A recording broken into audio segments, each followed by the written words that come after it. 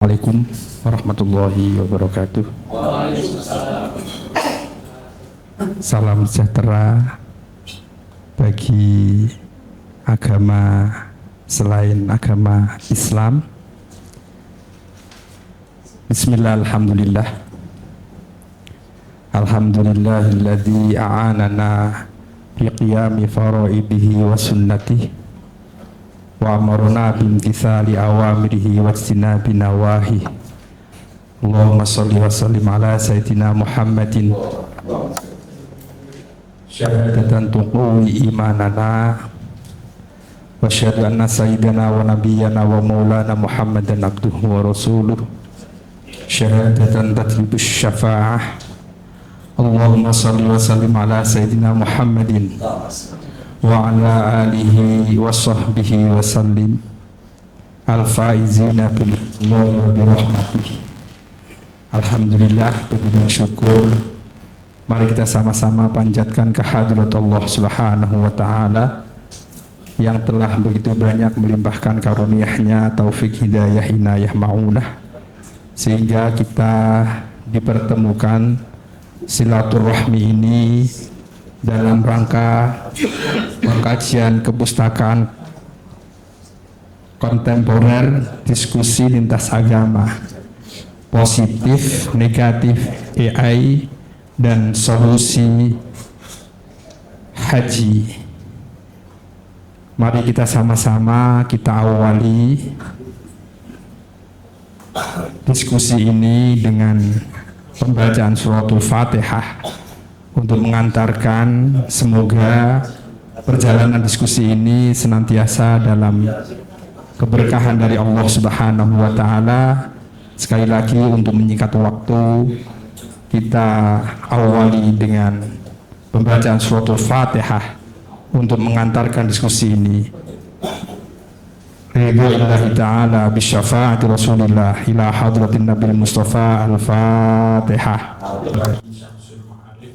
Tuatan Fidyah DKI Jakarta yang kami hormati Ketua LBM Jakarta, juga kami hormati Sekretaris dari LBM yaitu Kuswoha. Kami hormati Yai Haji Agus Fudori yang nanti akan menjadi moderator acara diskusi ini. Yang kami hormati semua tamu undangan lintas agama, diantaranya yaitu Ibu Raisyah Supit, mewakili dari agama Konghucu. Yang kami hormati Alim Gita Tuwali yang mewakili dari agama Hindu. Yang kami hormati Syuhadi Senjaya yang mewakili dari agama Buddha. Yang kami hormati Romo Patrick, mewakili dari agama Katolik. Mari kita sama-sama dengarkan urean-urean dari diskusi-diskusi ini. Sangatlah berarti buat kita sebagai pemangku agama yang berkepentingan nanti ketika kita di tengah-tengah masyarakat. Sekali lagi, mari kita sama-sama dengarkan bersama urean-urean demi urean yang nanti akan dimoderatori oleh Kiai Haji Agus Fudori. Dalam hal ini yang mewakili dari Rois Suriah yaitu Bapak Kiai Haji Taufik Damas. Beliau merupakan wakil Khatib Suriah. Tafadhol ilaihi masykurah.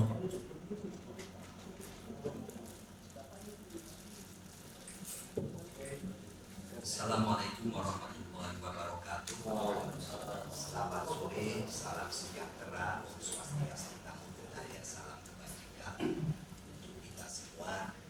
Yang saya hormati Bapak Ibu sekalian, khususnya tamu undangan, Bapak Ibu dari lintas agama.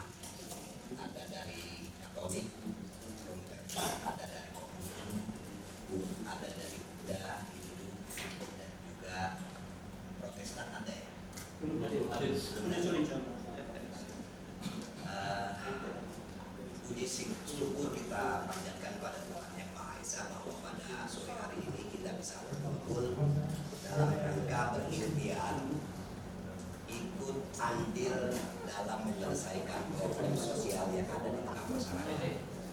Jadi memang awalnya saya dengan teman-teman di Baksul Masail ini ingin ada satu komitmen bersama di antara tokoh lintas agama melihat fakta bahwa di Indonesia ini sekarang jumlah orang miskin semakin besar. Jadi kalau menurut Bank Dunia itu hampir 170 juta. Jadi 50% lebih dari jumlah dari penduduk Indonesia itu sudah jatuh kepada kemiskinan. Nah ini kalau ditelusuri tampaknya salah satu penyebabnya itu adalah pinjol, sudol dan lain sebagainya. Ini sesuatu yang sangat meresahkan. Sejauh ini kita belum pernah mendengar ada tokoh agama yang mendesak pemerintah untuk menyelesaikan problem sudol dan pinjol ini. Termasuk selain itu adalah problem sosial lainnya seperti penyalahgunaan narkoba dan tawuran. Maka saya dan kawan-kawan berinisiatif mengundang tokoh lintas agama untuk membuat satu komitmen bersama mendesak pemerintah menyelesaikan problem sosial ini sambil pula meminta pemerintah membuat strategi yang jitu untuk betul-betul menyelesaikan problem di tengah masyarakat ini. Mohon maaf, orang miskin, orang NU itu adalah mayoritas muslim di Indonesia itu orang NU. Artinya kalau orang Indonesia ini 170 juta miskin, pasti sebagian besar itu orang NU. Sebagian besar. Ya konsekuensi dari mayoritas itu pasti yang di dalamnya ada orang baik, ada yang tidak baik, ada yang kaya, ada yang miskin dan lain sebagainya. Maka dari itu kami sengaja mengundang Bapak Ibu sekalian, tokoh-tokoh lintas agama untuk mempertegas komitmen kita bahwa kita peduli terhadap problem sosial yang dialami oleh masyarakat, dan tentu nanti kita mendesak pemerintah untuk mengambil langkah-langkah yang lebih tegas untuk menyelesaikan judi online, kemudian juga pinjaman online. Saya bergaul dengan beberapa orang yang seringkali curhat. Ternyata pinjol itu banyak korbannya itu bukan buat usaha, jadi buat kebutuhan rumah tangga. Bayangkan kalau orang minjam uang buat kebutuhan rumah tangga, itu sudah pasti tidak bisa mengembalikan. Kalau sudah tidak bisa mengembalikan, diteror dan lain sebagainya, itu puyengnya setengah mati. Apalagi kalau kebetulan perempuan-perempuan yang sudah tidak punya suami, itu kasihan sekali. Dan selanjutnya saya ucapkan terima kasih yang sebesar-besarnya kepada tamu para undangan, khususnya tokoh-tokoh lintas agama yang nanti akan kita mintakan pendapat mereka, pandangan mereka tentang problem sosial yang ada di tengah masyarakat kita sekarang ini. Karena kalau sudah judulnya kemiskinan, itu bukan cuma tanggung jawab satu umat beragama, tapi juga tanggung jawab kita bersama sebagai anak bangsa, sebagai kebetulan yang menjadi tokoh di agamanya masing-masing. Ini saja sambutan dari saya, kurang lebihnya saya mohon maaf. Allahumma muwaffiq ila aqwamit thoriq. Wassalamualaikum warahmatullahi wabarakatuh. Alhamdulillah, terima kasih pada Bapak Kiai Haji Taufik Damas yang dalam hal ini memberikan arahan kepada kita untuk pentingnya kita memperhatikan umat, khususnya masalah pinjol. Atas selanjutnya yaitu sambutan dari Bapak Kiai Samsul Ma'arif selaku Ketua Al-Fidiyah DKI Jakarta. Waktu dan tempat dipersilahkan. Tafadhol dari masyhur.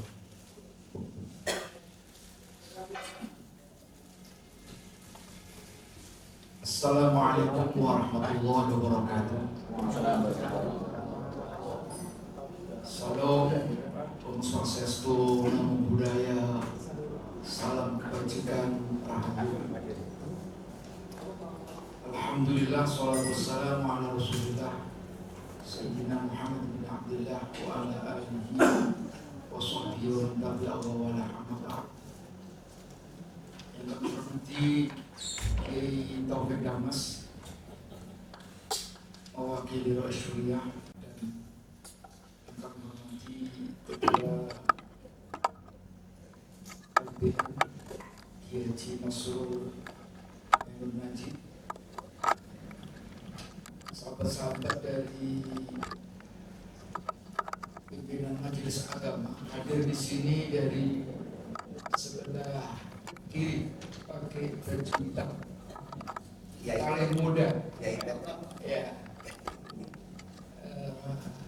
Romo Patrick dari KIJ, dari KIJ, dari Katolik. Selamat datang di kantor NU ini. Sebelah kanan saya ini Pak Suari, ya, mewakili tokoh Hindu. Sebelahnya yang cantik sekali ini, sepertinya dari Manado ini. Daerah Manado itu daerah ya, keturunan orang cantik-cantik. Jadi kalau mau nyari pacar, carilah dari Manado. Ibu Ruisia Supi. Pasti Manado ada Yang paling kanan dari Buddha, Bapak Suhadi. Terima kasih.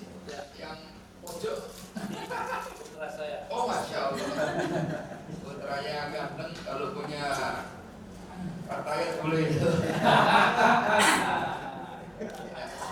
Terima kasih atas kehadiran para tokoh agama di kantor pengurus wilayah Nahdlatul Ulama DKI Jakarta.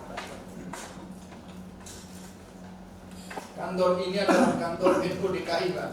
Kalau pusatnya sering disebut dengan pengurus besar PBNU.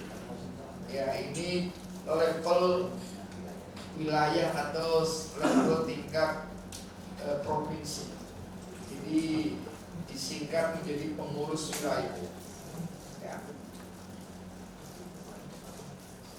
Pertama yang ingin saya sampaikan, memang banyak problem sosial sekarang ini. Salah satunya adalah yang akan kita diskusikan pada hari ini terkait dengan judi online, kenakalan remaja, apalagi pinjaman online dan kawan-kawannya.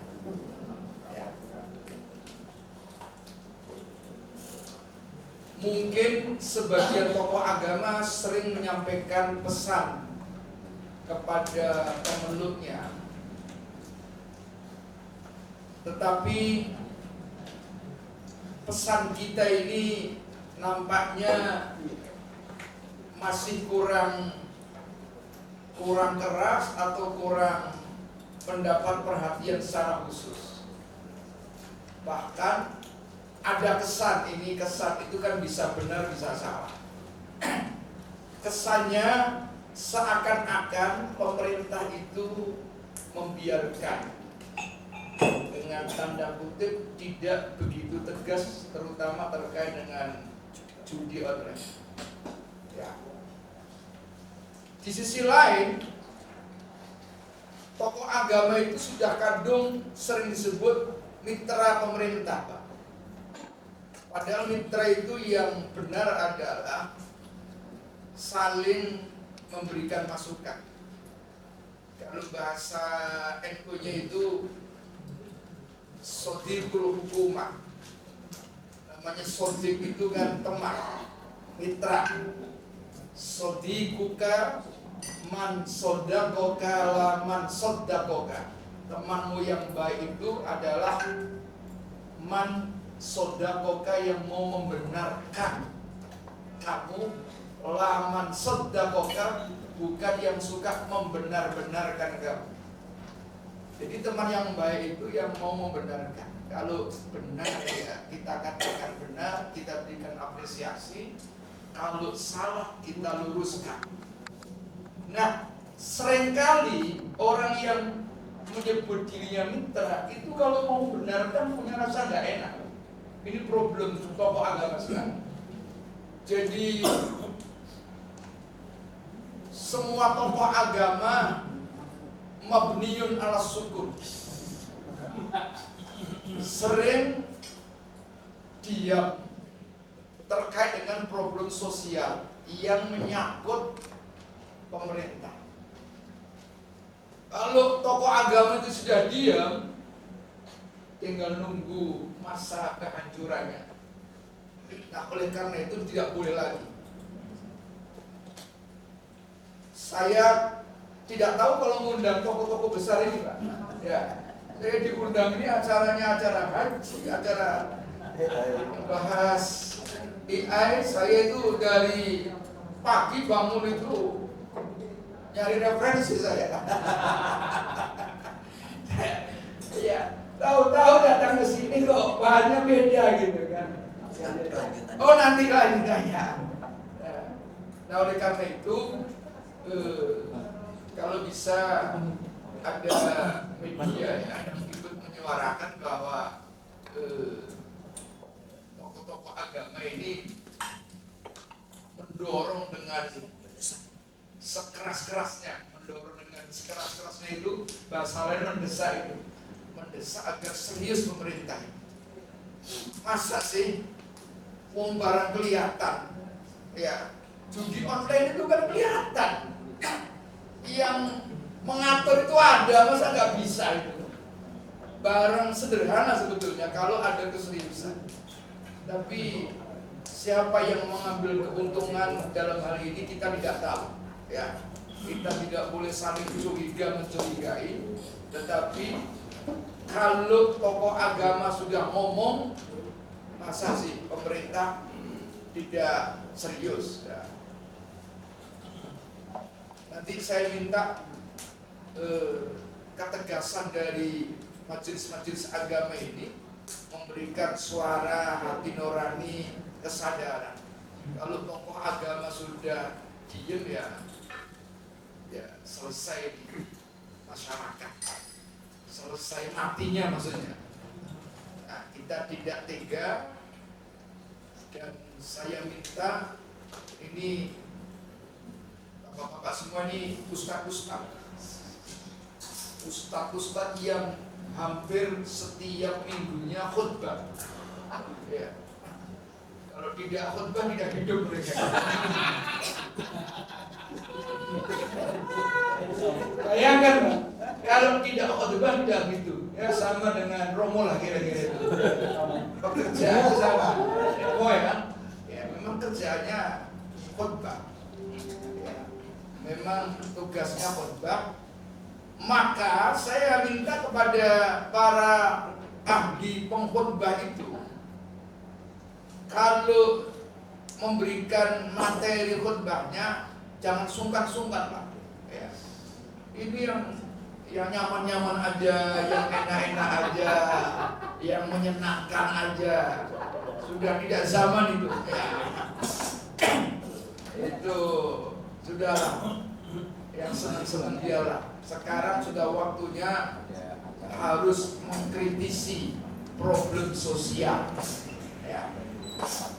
Masalah sosial melalui mimbar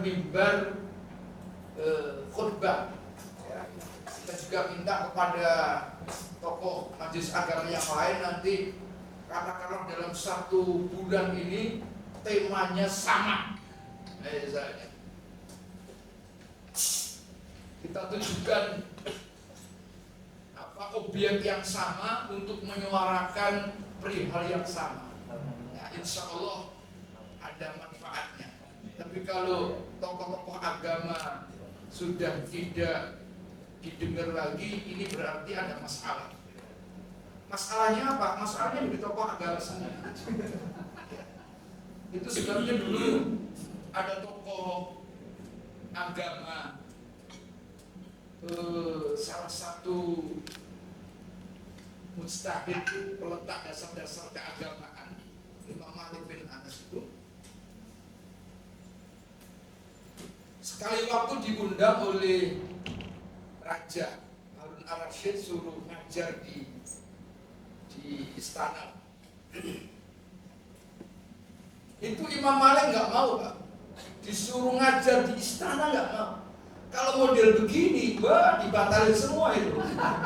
Khotbah-khotbah yang lain, ada kesempatan suruh bicara di depan presiden. Yang gereja-gereja apa itu tinggal aja kan. Ya, milih yang mau di depan presiden. Ya, bukan karena cuannya, tapi ini gengsi. Ya, gengsi disuruh pidato di depan presiden misalnya. Wah, cancel semua itu.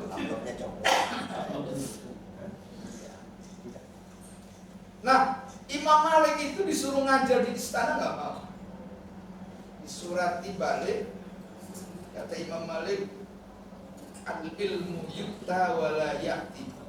Ilmu itu yukta, didatangi, wala ya'ti, tidak datang sendiri. Jadi Imam Malik itu memang ulama yang kaya raya, ya.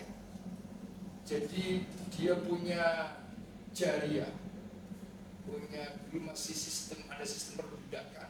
Jariyah itu tidak kurang 40. Satu harga jariyah itu sama dengan harga kendaraan yang paling bagus, paling mahal pada zamannya. Kalau sekarang apa yang kendaraan paling mahal? Ya, mungkin ya Alphard gitu ya Pak. Ya, kalau tokoh agama pakai Alphard gitu, pantasnya Alphard. Nah, paling itu tokoh agama punya Alphard kan satu, berarti Imam Malik itu punya kekayaan yang jariyah itu 40. Berarti sama dengan 40 Alphard. Sementara Ustaz sekarang tuh kere-kere itu, ngocek, mau khotbah, ngocek. Nah, Imam Malik itu disuruh ngisi di istana nggak mau. Kalau mau ya rajanya suruh datang. Mengapa? Karena Imam Malik itu karyanya kitab Al-Muwatta itu dijadikan jurisprudensi, sumber hukum dalam penetapan hukum oleh para qudhat, para qadhi pada zamannya. Jadi qadhi-qadhi itu para hakim ketika mau memutuskan masalah, referensi utamanya ya, kompilasinya itu adalah kitab Al-Muwatta tadi. Ya. Maka Imam Malik menjaga betul kalau dipanggil pemerintah nanti tidak bisa memberikan peringatan kepada pemerintah. Makanya kalau ada orang ngomong jangan sering-sering ketemu pemerintah, itu ada bagusnya, bukan berarti benci dengan pemerintah. Sering-sering ketemu presiden itu nggak baik. Ya, apalagi bawa map itu sudah nggak baik lagi. Ya, dia orang yang pernah mendapatkan sesuatu dari penguasa itu apa lagi? Jangan nanti bahaya itu. Kalau orang sering menerima sesuatu dari penguasa itu akan kumpul. Jadi mau memberikan peringatan kepada penguasa itu punya sifat nggak enak, maksud baru dikasih kita mau ngomong. Tirulah Imam Malik itu, ya. Jadi kalau bisa itu, saya kira itu saja, ya. Mudah-mudahan tokoh agama sekarang ini, ya, seperti tokoh agama zaman dulu, masih memegang nilai-nilai moralitas keagamaan itu betul-betul dikedepankan. Jadi moral itu segala-galanya, urusan yang lain mengejabatnya apa itu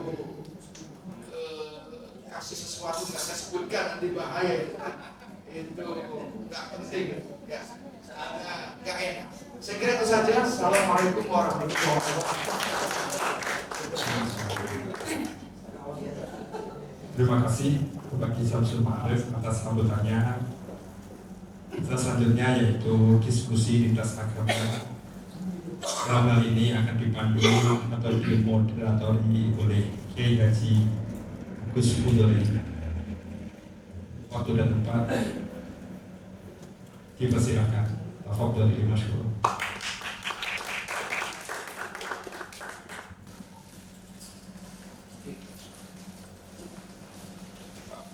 Bismillahirrahmanirrahim. Assalamualaikum warahmatullahi wabarakatuh. Waalaikumsalam.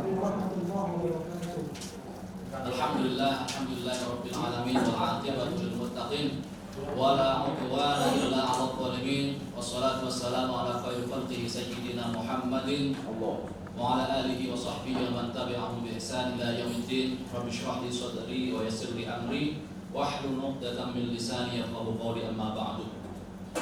Yang sama-sama kita muliakan Wakil Khatib Syuriah PWNU DKI Jakarta Kiai Haji Taufik Damas, yang sama-sama kita muliakan juga Ketua PWNU DKI Jakarta Kiai Samsul Ma'arif, Ketua LBM PWNU DKI Jakarta Kiai Masrur Haidon Haji, Sekretaris LBM Kiai Fuad, dan juga tokoh lintas agama yang saat ini sudah hadir berada di tengah-tengah kita.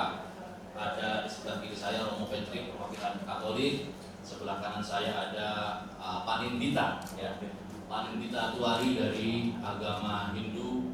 Ada Ibu Ruisha atau Ibu Lucy, ya Bu, ya, perwakilan agama Konghucu. Dan ada Pak Suhadi Empu, ya Pak.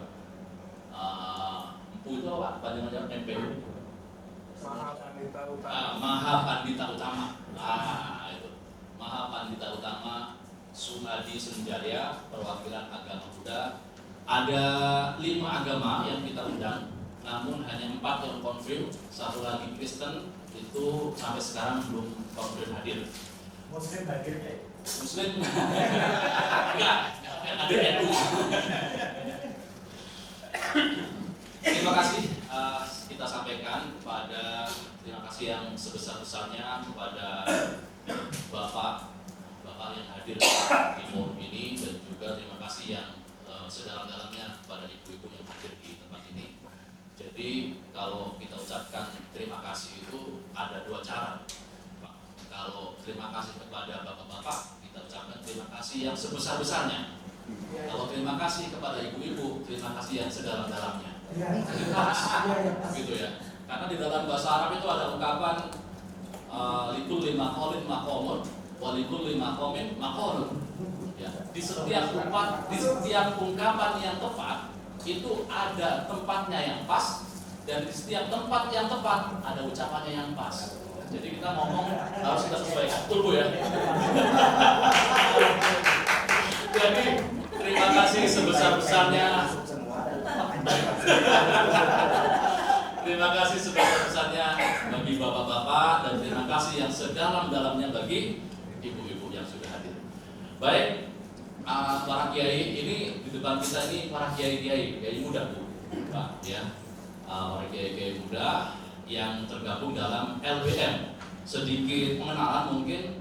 LBM itu panjangannya Lembaga Bahsul Masail. Kalau kita terjemahkan secara literal, artinya lembaga pencari masalah. Ya, Bahsul Masail itu pencari masalah. Memang kerjaan kita cari-cari masalah, Bu. Betul itu. Ya, Bahsul Masail itu mencari masalah. Nah, tapi tidak hanya mencari masalah, tapi juga mencari solusi. Ada masalah, kita carikan, kita bahas, dan kita carikan solusinya. Demikian juga pada hari ini, insya Allah kita akan membahas satu masalah yang sangat urgent, sangat penting, yaitu terkait kenakalan remaja, judol dan pinjol yang saat ini sedang merebak. Nah, sedikit pengenalan tentang LBM juga. LBM DKI Jakarta, Lembaga Bahsul Masail PWNU DKI Jakarta, ini dikenal sebagai salah satu LBM yang cukup aktif di antara seluruh LBM yang ada di Indonesia. Di beberapa waktu kebelakang, Bapak Ibu, kita sudah membahas berbagai masalah kekinian dan masalah-masalah publik yang sangat menjadi perhatian. Di antara yang sudah kita bahas itu tentang, dulu waktu ramai COVID, ya Bu, itu tentang vaksinasi COVID. Dulu ramai di masyarakat, pertanyaan bagaimana hukum vaksin COVID ketika puasa? Apakah membatalkan puasa atau tidak? Akhirnya LBM PWM DKI Jakarta membahas itu, dan setelah kita bahas, kita mengambil kesimpulan bahwa vaksinasi COVID ketika puasa itu tidak membatalkan puasa. Ada juga kita membahas tentang penggunaan air tanah di masyarakat Jakarta, di mana masyarakat Jakarta ini tanahnya semakin turun, sehingga kalau kita pakai air tanah akan membahayakan tanah di Jakarta. Dan itu kita bahas, dan akhirnya kita simpulkan bahwa penggunaan air tanah di Jakarta itu haram hukumnya, gitu ya. Dan juga hal-hal yang lain yang kita bahas banyak sekali, dan kita memang mengambil peran sebagai think tank-nya NU gitu, Pak. Jadi LBM itu perannya lebih kepada semacam think tank dari NU itu sendiri. Kalau di MUI mungkin sebagai lembaga fatwanya MUI lah, gitu ya. Nah, itu sedikit pengenalan tentang LBM. Kemudian hari ini insya Allah kita akan membahas mengenai problematika sosial mengatasi kenakalan remaja, pinjaman dan judi online melalui dialog lintas agama. Dan ini kita sudah membagikan kepada bapak-bapak dan ibu-ibu tokoh lintas agama ada draft rekomendasi yang nanti akan kita bacakan. Kita bagikan terlebih dahulu dengan harapan supaya nanti bapak-bapak dan ibu-ibu bisa mungkin menambahkan apa rekomendasi yang mungkin bisa kita sampaikan kepada publik, dan nantinya akan kita sebarkan ke media-media. Jadi setelah bahas masalah biasanya kita ambil kesimpulan, kita putuskan dan kita keluarkan rekomendasi, baru kita sebar ke media-media, termasuk NU Online yang sekarang sedang meliput kita ini dari NU Online, dan juga ada buletin risalah dari NU ya, ini perwakilan buletin risalah majalah ya, dan juga media-media nasional yang menjadi jaringan kita, insya Allah. Baik, saya akan mengawali diskusi kita ini dengan sebuah ungkapan dari Kiai Haji Abdurrahman Wahid atau Gus Dur. Beliau mengatakan peran agama sesungguhnya membuat orang sadar akan fakta bahwa dirinya bagian dari umat manusia dan alam semesta. Itu kalimat yang diungkapkan oleh Kiai Haji Abdurrahman Wahid, mantan ketua PBNU dan juga tokoh agama di Indonesia. Sehingga dengan demikian menjadi relevan bagi kita semua untuk mengajak seluruh umat beragama terutama di DKI Jakarta. Maka kita hadirkan di sini para perwakilan tokoh agama untuk sama-sama membahas, mendiskusikan, dan juga mencari solusi akan masalah yang sekarang dihadapi oleh bangsa ini, terutama di DKI Jakarta.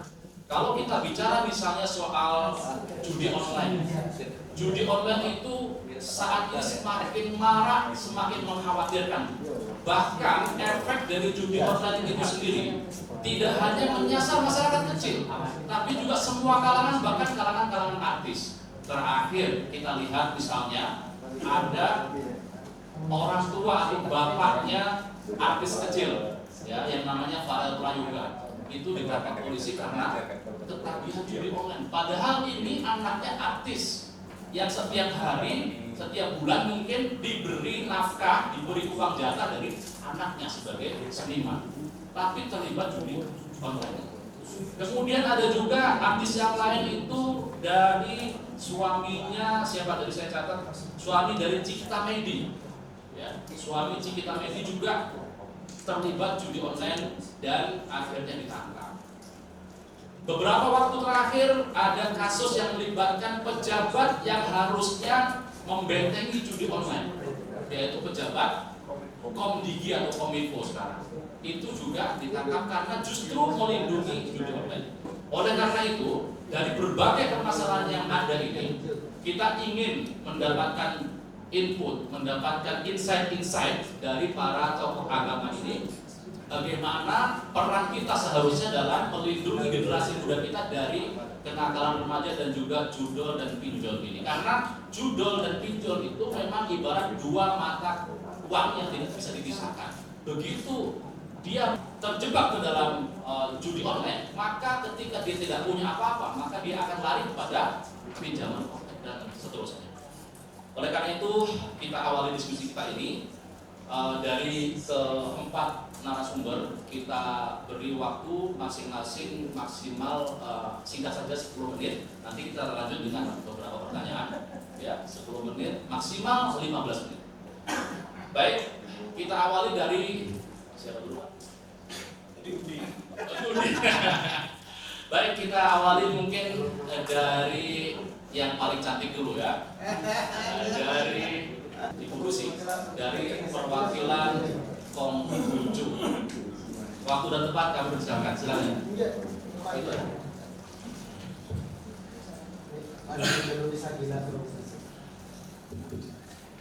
Assalamualaikum warahmatullahi wabarakatuh. Waalaikumsalam. Shalom, Om Swastiastu, Namo Buddhaya, salam kebajikan, rahayu. Selamat siang semuanya. Senang sekali saya bisa berada di tempat ini. Kita sama-sama saling berbagi. Posisinya lebih enak di sini. Iya, bukan sekarang. Saya cari posisi yang enak. Sini deh. Silakan Ustaz. Saya nggak enak. Saya berdiri. Berdiri aja Bu. Biar kelihatan Bu cantiknya. Ini adalah tema kita hari ini. Saya dari agama Konghucu. Tema kali ini mengatasi kenakalan remaja, pinjaman online, pinjol, judi online dalam sudut pandang agama Konghucu. Ini nama saya. Ini jabatan saya di Manakin Pusat. Next, berikut. Next. Kenakalan remaja, semua mungkin apalagi di sini ustadz, penceramah agama, saya juga sama rohaniawan dalam agama Konghucu, pasti sudah mengetahui inti dari kenakalan remaja itu mulai dari apa artinya kenakalan remaja.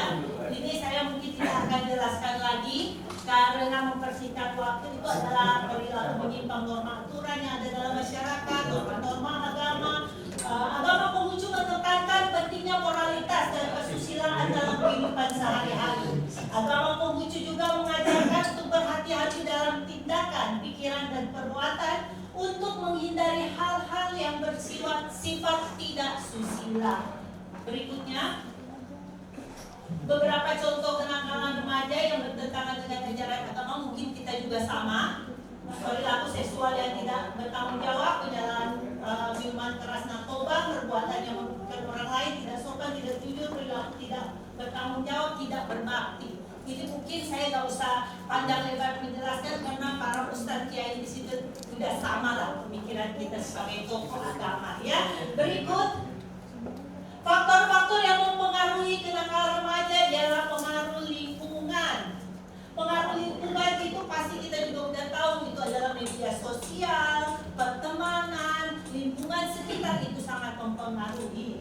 Kurangnya pemahaman nilai-nilai keagamaan. Dalam agama Konghucu, dasar pokok ajaran agama Konghucu adalah bakti dan li atau kesusilaan.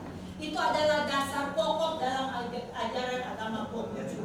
Kesusilaan dan kebenaran itu adalah satu landasan yang harus agama Konghucu sadari dan pahami dengan pasti dalam menjalankan kehidupan beragama. Ketiga itu keinginan untuk mengeksplor kebebasan. Kita juga sudah tahu anak-anak remaja pada saat ini ingin memberi apresiasi, ingin tahu jati dirinya, mencari jati diri. Mungkin juga semuanya sudah tahu, jadi saya nggak akan itu.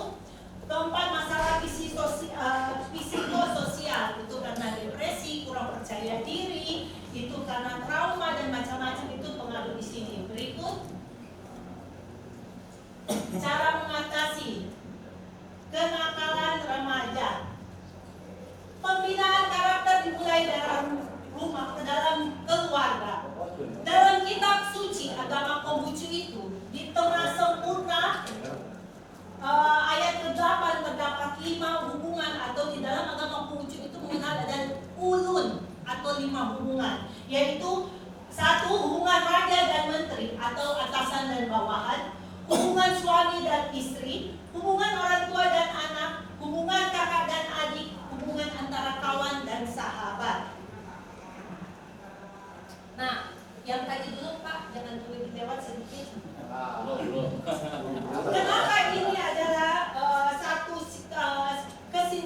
lima hubungan ini sudah berlaku dari zaman Nabi Kungce 2000-an tahun lalu, 2576 sebelum Masehi. Hubungan ini sudah diatur. Ini adalah dimensi atau paradigma sosial dalam bermasyarakat dalam agama Konghucu dan berlaku di dalam juga tradisi Tiongkok. Ini sudah berlaku ribuan tahun di antara hubungan ini. Keluarga yang harmonis dan berkebajikan itu sangat pokok, adalah inti.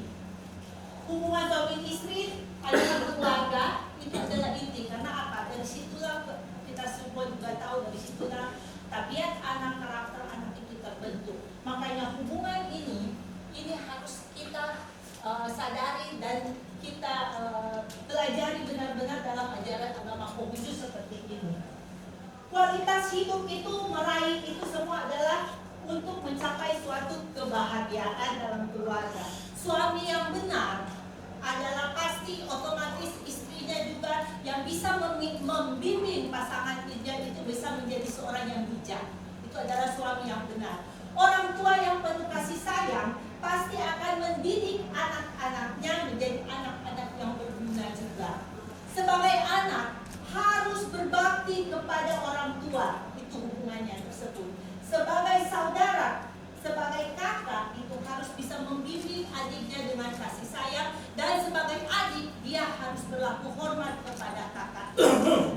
Hubungan antara kawan dan sahabat adalah kita harus saling percaya. Di dalam ajaran agama Konghucu adalah 3 hubungan, ialah tien tiren. Tien tiren itu apa? Tien itu hubungan kita dengan Tuhan. Baru ren itu adalah apa? Hubungan kita dengan sesama kita, masyarakat lingkungan sekitar. Itu ren. Baru ti itu adalah apa?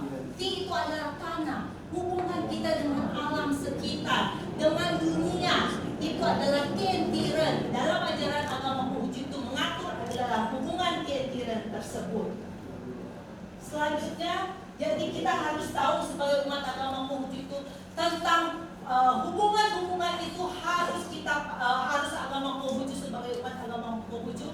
Para rohaniawan selalu menekankan hal tersebut itu dari sekolah minggu. Biasanya anak-anak sekolah minggu sudah diajari tentang 5 hubungan tersebut. Cara kita berperilaku kepada orang tua bagaimana, cara kita berperilaku kepada saudara kita seperti apa, cara berperilaku kepada teman dan sahabat itu seperti apa. Itu semua ada norma-normanya. Sehingga kalau itu berjalan, maka itu akan berpengaruh kepada apa? Pimpinan atau kepada raja dan menteri. Kalau zaman dulu raja dan menteri.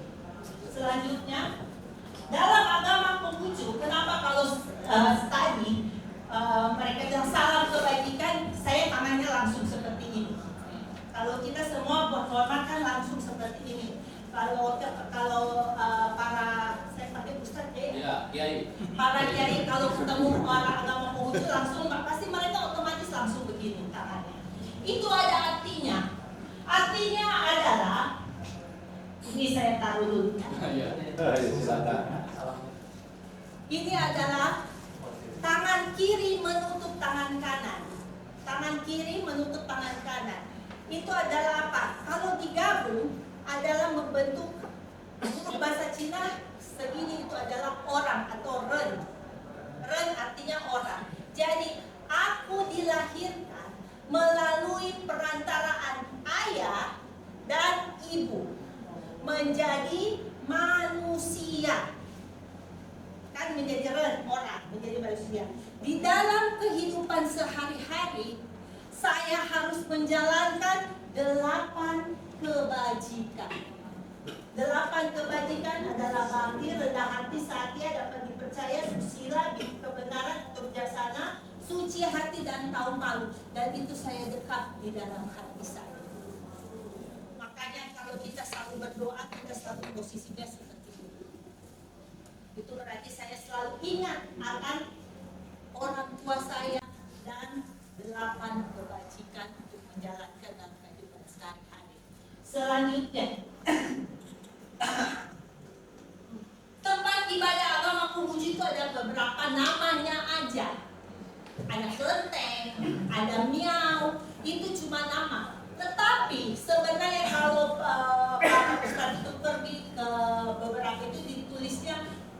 makin lintang, makin itu majelis agama Konghucu. Tapi di dalamnya ada huruf lintang. Apa artinya lintang? Li adalah tata krama dan kesopanan dalam berperilaku sesuai norma sosial. Tang adalah tempat atau aula. Jadi setiap agama orang yang beragama mengaku beragama Konghucu, setiap kali dia beribadah pergi ke lintang, dia harusnya sudah tahu. Dia datang ke tempat yang mengajarkan tentang kesopanan, tentang tata krama, tentang 8 kebajikan, dan itu harus dia implementasikan. Nah, para remaja pada saat ini mungkin kurang mengetahui akan hal-hal seperti ini, sehingga mereka limbung, mereka tidak tahu arah. Apa aja langsung diserap oleh para remaja pada saat ini, sehingga terjadi seperti ini. Berikut Pak, mempercepat waktu. Landasan ayat suci untuk narkoba di dalam ajaran agama Konghucu itu jelas ada ayatnya. Sabda suci 10 ayat 16. Pada waktu Pi memberi hantaran semacam obat kepada Nabi, dengan hormat dan terima kasih Nabi bersabda, "Aku belum pernah mengenal obat ini, aku tidak berani meminumnya." Jadi apapun itu yang tidak diketahui itu sudah jelas sekali, sudah ada di dalam ayat suci kita. Selanjutnya Sabda suci 6 ayat keempat. Nabi Konghucu bersabda, untuk para remaja biasa ini akan diulang-ulang di pemuda agama Konghucu itu biasa disingkat dengan Pakin, pemuda agama Konghucu Indonesia, atau sekolah minggu. Nabi Konghucu bersabda, ada 3 macam sahabat yang membawa faedah, dan ada 3 macam sahabat yang membawa celaka. Seorang sahabat yang lurus, yang jujur dan berpengetahuan luas akan membawa faedah. Seorang sahabat yang licik, yang lemah dalam hal-hal baik, hanya pandai memutar lidah akan membawa celaka. Ini sudah diajari, ditanamkan dari sekolah minggu untuk anak-anak usia dini dalam agama Konghucu. Ada lagi ayat berikutnya dalam Sabda suci 6 ayat kelima. Nabi Konghucu bersabda, ada 3 macam kesukaan yang membawa faedah, dan ada 3 macam kesukaan yang membawa celaka. Suka memahami kesusilaan dan musik, suka membicarakan perbuatan baik orang lain, dan suka bersahabat dengan orang-orang bijaksana akan membawa faedah. Suka akan kesombongan dan kemewahan, suka bermalas-malasan dan berkeliaran, dan suka berpesta pora yang tiada artinya akan membawa celaka. Berikutnya ajaran besar 9 ayat 7. Dalam pergaulan dengan kawan haruslah dapat dipercaya. Ini untuk kenakalan remaja.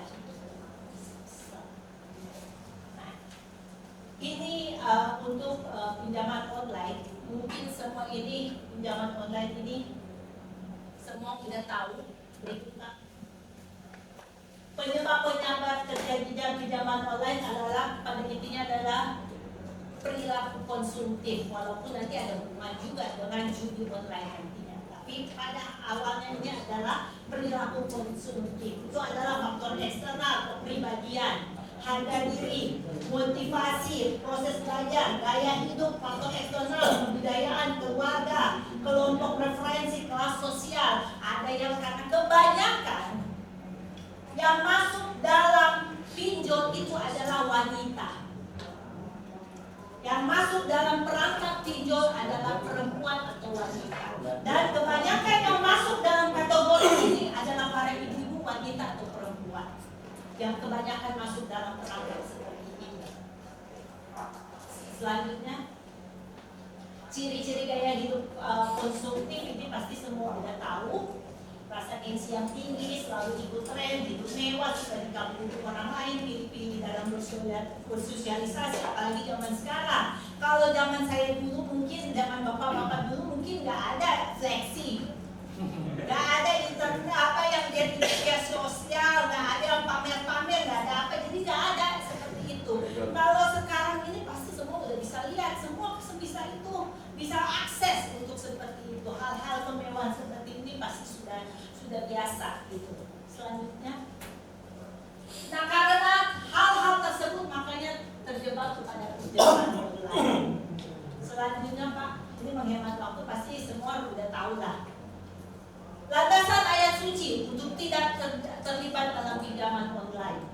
Sabda suci 6 ayat 4, harta benda bisa menghias rumah, laku bajik menghias diri, dan hati yang lapang membuat tubuh kita sehat. Maka seorang kungcu atau agama Konghucu, level tertinggi dari seorang manusia adalah seorang menjadi seorang kungcu. Atau kungcu itu adalah apa? Adalah seorang susilawan, adalah seorang yang terbelajar, adalah seorang yang bijaksana, adalah senantiasa mengimankan tekadnya.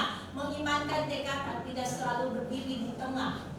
Tidak ada batasan seorang manusia itu, semua kita udah tahu. Semua kita rohaniawan Ustaz semua tahu. Kepuasan manusia itu tidak tanpa batas, tetapi seorang kungcu dia tahu berdiri tepat di mana dia harus berhenti. Ajaran besar bab utama ayat 3, tiap benda mempunyai pangkal dan ujung, tiap perkara mempunyai awal dan akhir. Orang yang tahu mana hal dahulu dan mana hal yang kemudian, ia sudah dekat dengan jalan suci. Jadi kalau orang sudah tahu mana yang harus dia dahulukan, mana yang harus dia, seperti kita mungkin kecil kita selalu belajar. Mungkin sekarang ini saya rasa kadang-kadang anak-anak sekarang itu karena terbiasa dengan pendidikan sekarang ini, apalagi dari pendidikan yang terlalu modern sampai mengesampingkan akan hal. Kalau dulu kita mungkin diajari guru kita bahwa mengutamakan kebutuhan primer daripada sekunder. Nah ini itu di dalam kitab kita juga diatur soal itu, ada terdapat di ayat suci. Selanjutnya ajaran besar 10 ayat 19, mengurus harta pun ada jalannya yang besar. Bila penghasilan lebih besar daripada pemakaian dan bekerja setangkas mungkin sambil berhemat, niscaya harta benda hidup akan terpelihara. Itu udah jelas seperti ini. Selanjutnya, judi online. Judi online semua juga udah tahu. Tetapi zaman sekarang itu judi online itu sampai udah kena sampai ke anak-anak. Bukan cuma orang gede tapi anak-anak. Kenapa? Saya pernah anak saya itu pernah ngomong sama saya begini, Mama, kenapa banyak anak-anak dia udah kerja juga, dia ngomong, Mama, kenapa anak-anak saya itu banyak itu judi online? Karena apa? Awalnya itu dari game. Dari game itu, mereka itu tanpa mereka sadari mereka ada chip yang harus mereka ambil. Itu udah bentuknya aneh-aneh, lucu-lucu apa semua itu. Itu yang mereka akhirnya keinginan. Itu dari kecil itu udah didasari, sebenarnya intinya dia udah dikasih ajar untuk berjudi. Mereka harus itu supaya dapat hal tersebut. Sedangkan itu sebenarnya gunanya buat apa? Nah, kedua, mereka top up game tersebut. Itu mereka tidak melihat uangnya. Top up umpama game sebuat, supaya dapat chip ini harus top up sekian. Sedangkan mereka punya nilai tidak cukup untuk mencapai chip itu, harus tambah bayar sekian. Nah, tanpa sadari mereka itu kan mereka tambah dari uang jajan, minta ke orang tua sampai itu berlanjut. Akhirnya terjebak dalam judi online. Gak usah berbicara jauh-jauh, anak-anak juga banyak. Dan itu menjadi sangat prihatin bagi kita sebagai orang tua. 3 menit tadi Bu ya? Ya, ini udah selesai Pak. Siap. 7 bahaya judi online mungkin kita udah tahu. Untuk kecanduan, apa semua, sampai ada yang bunuh diri karena terjebak dalam pinjaman online. Terus terpuruknya keuangan dalam keluarga seperti Bapak bilang tadi, ayahnya kecanduan, apa semua itu semua kita udah tahu. Dan itu terjebak dalam lingkaran setan yang kita bilang seperti itu. Kadang-kadang ada seorang ibu yang lagi kebutuhannya terlalu mendesak, dia buka media sosial muncul, ingin uang cepat dan mudah, cuma setor KTP doang, hubungi nomor ini, nomor ini sekian, dalam waktu 5 menit uang kamu cair. Itu begitu, dan itu pasti akan tergoda pada saat orang itu lemah. Manusia itu ada sisi lemahnya. Pada saat dia didesak oleh kebutuhan yang sangat penting, akhirnya muncul, akhirnya tanpa dia sadari, mungkin dia belum berpikir tapi tangannya udah tekan buat untuk iklan-iklan tersebut. Selanjutnya, Landasan ayat suci tentang pinjaman online. Bahaya yang datang dari ujian Tuhan dapat dihindari, tapi bahaya yang dibuat sendiri tidak dapat dihindari. Bahaya yang datang dari Tuhan kita bisa hindari, kalau dibuat sendiri siapapun tidak bisa membantu. Sabda suci 4 ayat kelima. Kaya dan berkedudukan mulia adalah keinginan setiap orang, tetapi bila tidak dapat dicapai dengan kebenaran jalan suci, janganlah ditempati. Miskin dan berkedudukan rendah itu dibenci setiap orang, tetapi bila dapat disingkirkan dengan kebenaran jalan suci, janganlah ditinggalkan. Ajaran besar ke-10 ayat ke-22, janganlah menganggap keuntungan sebagai keberuntungan, tetapi pandanglah kebenaran sebagai keberuntungan. Selanjutnya, sebagai penutup, di dalam kitab Bicu 7b ayat ke-10, Bicu berkata, Bicu itu adalah rasul penegak ajaran Nabi Kunce. Itu dalam kitab Agama Konghucu, kitab Sesu salah satunya adalah Sesu, itu panduan kitab. Itu yang kitab keempat adalah Bicu, adalah tulisan dari rasul Nabi. Bicu berkata, orang yang mempunyai simpanan harta, walaupun di tahun-tahun paceklik pun tidak akan binasa. Dan ini diterapkan oleh kebanyakan orang dari Tionghoa.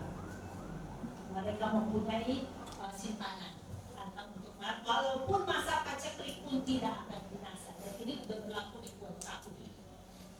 Bicu 7a ayat ke-99 alinea keempat. Maka seorang siswa itu biarpun miskin tidak kehilangan kebenaran, dan kalau dia berhasil tidak mau terpisah dari jalan suci. Jadi walaupun miskin dia tidak akan menyimpang dari kebenaran, apalagi menyesatkan dirinya sendiri. Walaupun dia berhasil ataupun dia kaya, dia tetap berpegang teguh. Makanya itu ajaran agama Konghucu, kalau di lapang matakin ada tulisan kayak begini adalah Chong adalah tengah. Tengah adalah sempurna. Ajaran besar bab 1 ayat 4. Sesungguhnya untuk memperoleh kegembiraan itu hanya bergantung pada usaha orang itu sendiri. Tidak mungkin, kalau saya suka khotbah itu, tidak mungkin Tuhan menurunkan berkat kepada kita kalau kita tidak menyiapkan medianya untuk Tuhan menurunkan berkatnya kepada kita. Selanjutnya, penutup sabda suci ayat ketiga, 19 ayat ketiga. Maka Nabi selalu bersabda, bergaulah dengan orang yang patut diajak bergaul, dan janganlah bergaul dengan orang yang tidak patut diajak bergaul. Jadi kita harus tahu mana, seperti yang tadi saya katakan, ada di mana ada teman yang mendatangkan celaka, ada teman yang membawa faedah. Ajaran besar bab 2 ayat ketiga. Karena apa? Banyak sekali anak-anak, banyak sekali itu karena tidak terpengaruh lingkungan atau salah pergaulan mereka terpengaruh. Pada dasarnya anak-anak ataupun jangankan anak-anak, kadang-kadang kita di saat kebutuhan mendesak kita terpengaruh. Ajaran besar bab 2 ayat 1. Maka Nabi Kunce bersabda kepada umat agama Konghucu, selalu ingat ini. Bila suatu hari dapat memperbaharui diri, perbaharuilah setiap hari, dan jagalah agar baru selama-lamanya. Ini ayat favorit ajaran agama Konghucu. Selanjutnya sudah selesai. Saya rasa seperti itu, dan terima kasih atas kesempatan yang diberikan. Assalamualaikum warahmatullahi wabarakatuh. Shalom, Om Swastiastu, Namo Buddhaya, Salam Kebajikan, Rahayu. Baik, terima kasih kita ucapkan kepada Ibu Raisa Syubit atas pemaparannya yang sangat luar biasa, sangat komprehensif. Sekali lagi kita hapus untuk Ibu Raisa Syubit. Kalau bisa kita sedikit simpulkan apa yang disampaikan oleh Ibu Raisa Syubit tadi dari ajaran agama Konghucu. Ajaran agama Konghucu memiliki dasar pokok agama yang bernama Bhakti dan Li, ya Bu ya. Kemudian juga ada 3 hubungan antara 5 ya. Ya, yang saya catat tadi Tin, tieren. Itu kalau di dalam Islam mungkin mirip dengan hablum minallah, hablum minan nas, dan hablum minal bi'ah. Hubungan antara manusia dengan Tuhan, antara manusia dengan manusia dan manusia dengan alam semesta. Begitu. Kemudian juga penyebab judol itu rupanya pertama gaya hidup yang konsumtif, dan juga judol itu berasal dari generasi muda, dari anak-anak ternyata, dari games online yang mereka harus top up pulsa dan lain sebagainya sehingga mereka ketagihan. Gitu ya kira-kira itu ya. Baik, itu pemaparan yang luar biasa dari Ibu Wisha. Selanjutnya dari Cina, ya, dari Konghucu kan dari Cina Ibu ya. Kita ke Roma. Ya. Baik, selanjutnya kita dengarkan pemaparan dari Romo Patrick mewakili agama Katolik. Silakan. Terima kasih Pak Agus, Bapak Kiai semuanya. Tadi sudah diungkapkan semua penyebab yang namanya adalah kenakalan remaja dan juga efek dari judi online maupun pinjaman online.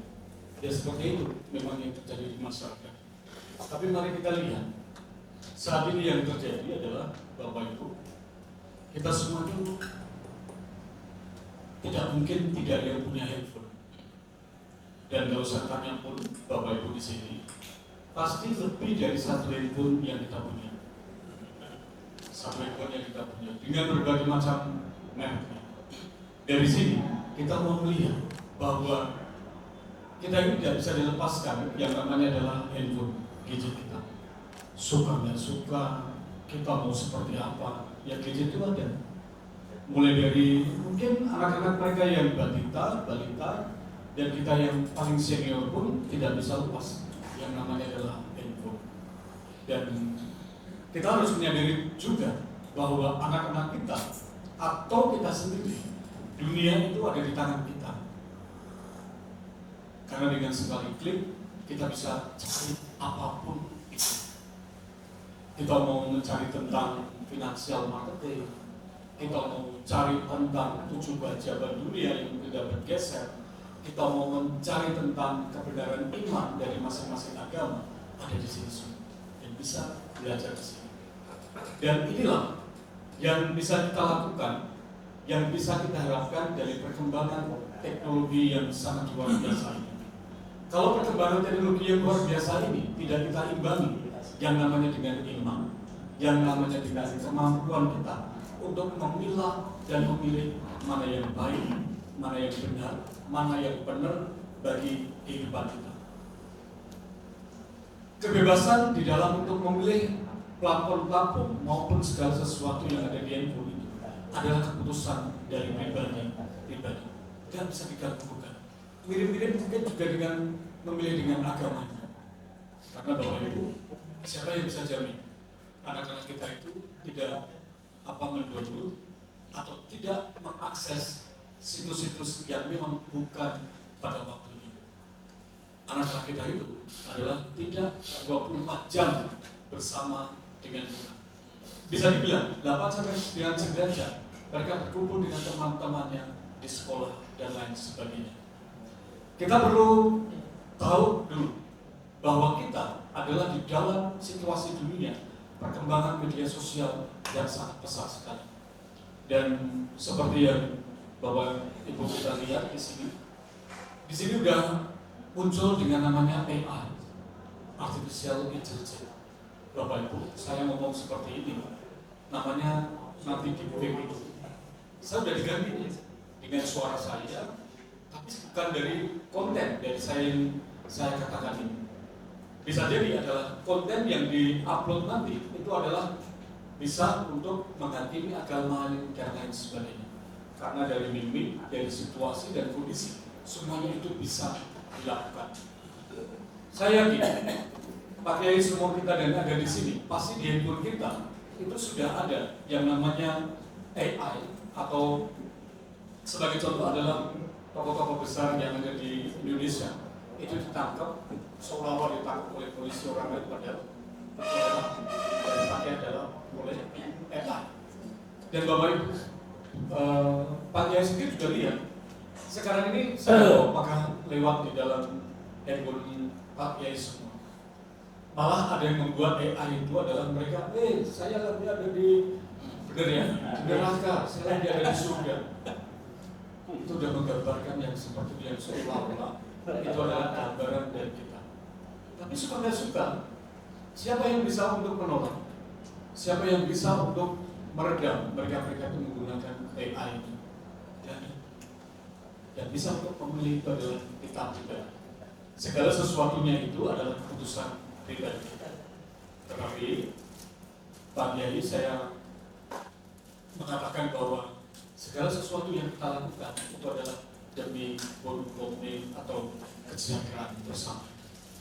Ini mesti harus menjadi salah satu core, menjadi salah satu pusat bahwa apapun yang kita lakukan di dalam kehidupan kita itu adalah memang untuk kehidupan bermasyarakat, memberikan sesuatu yang baik bagi keluarga, terutama kita sendiri maupun adalah negara.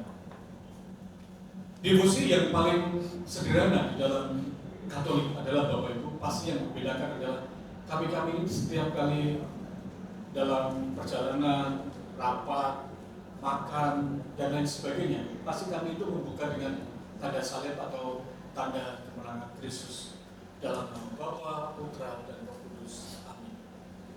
Kami percaya bahwa ada dua teologi yang kami hidupi. Yang pertama adalah tentang yang namanya Anabaptis. Mirip-mirip. Anabaptis itu adalah hubungan kita dengan Allah, hubungan kita dengan Tuhan, relasi kita. Dan yang kedua itu adalah Katabaptis. Bagaimana hubungan kita ini dengan sesama, termasuk di dalamnya adalah alam ciptaan semesta. Ini menjadi gambaran bagi kami di Katolik bahwa kita tidak bisa dipisahkan oleh dua titik ideologi ini. Bagaimana relasiku dengan Tuhan dan bagaimana relasiku dengan sesama.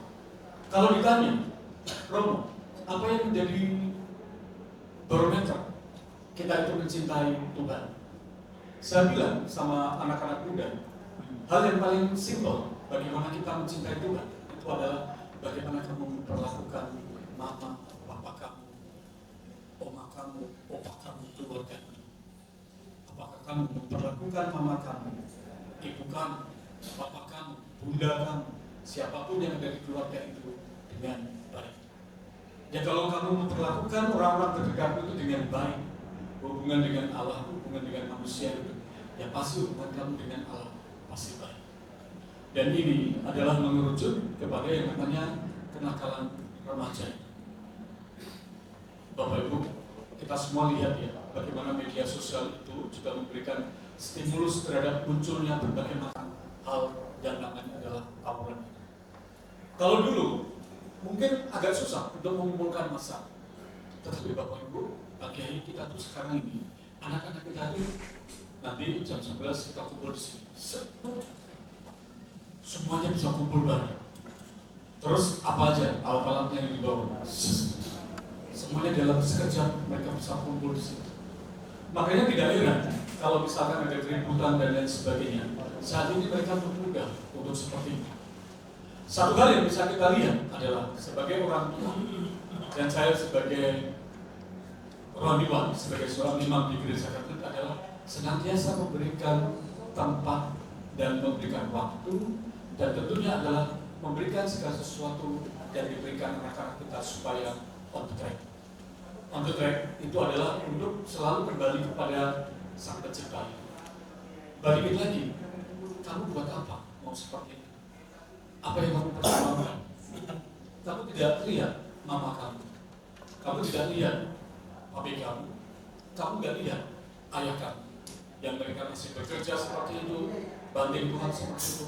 Apakah kamu mau menyakiti mereka dengan cara-cara seperti itu? Kenakalan remaja itu memang tidak bisa mengembalikan telapak tangan, tetapi kita semua yang ada di agama masing-masing terus untuk didik anak-anak kita. Kami pun adalah selalu mengajak mereka untuk on the track itu, ke Tuhan itu. Karena iman itu adalah salah satu cara filterisasi dari yang pertama supaya mereka bisa menentukan yang baik itu di dalam kehidupan mereka. Kalau nggak kita, siapa yang mau balikin mereka lagi ke on the track itu? Apakah teman-teman adalah kita-kita ini. Karena mereka akan melihat kita-kita ini adalah sebagai barometer contoh. Dan sekarang ini dengan perkembangan teknologi yang sangat luar biasa sekali, Bapak Ibu, kita itu gampang sekali yang namanya adalah pinjaman online dan judi online. Dan seperti yang kita ketahui, bagaimana tawaran-tawaran untuk bekerja di Kamboja, Vietnam, dan lain sebagainya, dan kita tahu itu ujung-ujungnya apa? Bekerja di bagian judi online. Dia judi online. Kalau lebih dalam lagi adalah penjualan. Pak Kiai tahu semua kan ya. Kita juga tahu kan. Ayo kita sama-sama untuk. Saya juga sama. Di ketika homili tidak hanya bicara tentang relasi kita dengan Tuhan, tapi adalah relasi kita dengan sesama. Kita mesti harus kasih terus input bagi umat kita juga, bahwa tidak selalu bahwa kita ini hidup kita ini adalah tentang yang namanya adalah uang terus. Uang memang betul memberikan kita kehidupan, tetapi untuk balik lagi. Kalau misalkan kita kerja di Kamboja, Romo, saya misalnya gajinya 30 juta, kemo, kita lihat.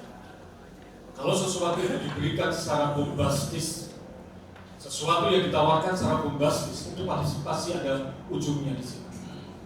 Tidak mungkin dalam 1 bulan kamu dibayar 30 juta, misalkan. Bapak Ibu, banyak kasus yang kita lihat. Anak-anak kita bukan anak kita lagi.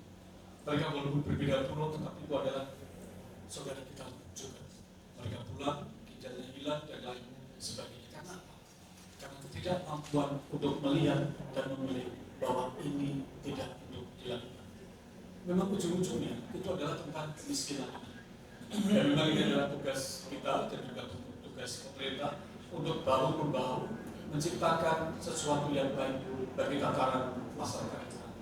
Kalau di tempat kami, saya di Gereja Katolik di Kosambi Baru, Jakarta Barat, Pak Kiai, kami itu setiap Sabtu dan Minggu memberikan kesempatan kepada usaha kecil menengah UMKM itu untuk berjualan di gereja. Jadi mereka berjualan di gereja, ada yang siomay, ada yang bakso, ada yang bebek, macam-macam di situ. Dan mereka setiap minggu akan berputar.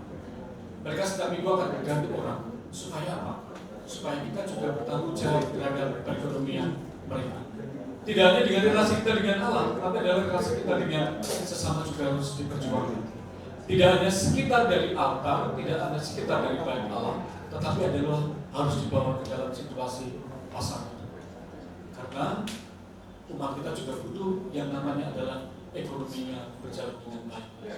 Kita percaya bahwa segala sesuatu yang baik itu pasti adalah ujungnya dengan yang baik juga. Pinjaman online, judi online itu juga tidak akan bisa untuk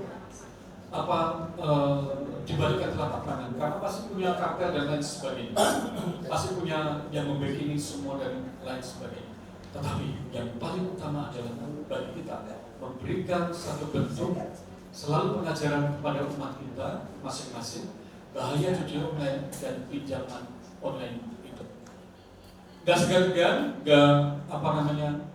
jangan pernah lelah untuk memberikan satu input, satu masukan bagi umat-umat kita bahwa jebakan-jebakan seperti itu yang sebenarnya kayaknya mudah, tetapi sebenarnya adalah mereka dengan sangat-sangat ngeri sekali. Semoga ini bisa menjadi berkat bagi kita semua. Amin. Terima kasih. Terima kasih kita ucapkan kepada Patrick atas ulasannya yang sangat luar biasa dan mendalam mengenai pandangan Gereja Katolik terkait kenakalan remaja dan juga judi online. Untuk mempersingkat waktu kita lanjut saja dulu, ya nanti kita akan sambung dengan beberapa pertanyaan. Selanjutnya kita minta dari sebelah kanan saya dari perwakilan agama Hindu, yaitu Parintinta Tuani untuk menyampaikan pemahamannya. Biar nggak ngantuk.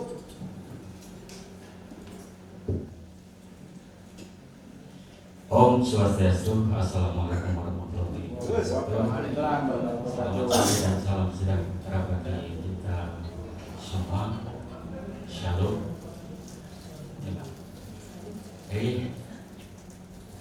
Puja dan pujian saudara kita persembahkan ke hadapan Tuhan Yang Maha Esa karena atas asum ketawaran berhaya kita masih diberikan kesehatan, kekuatan, kerajuan, sehingga kita bisa kumpul di ruangan yang sejuk ini membicarakan masalah kenakalan remaja, judi online dan sebagainya yang akhir-akhir ini sudah merambah kemana-mana dan bahkan menjadi isu-isu atau kenyataan-kenyataan di sosial masyarakat.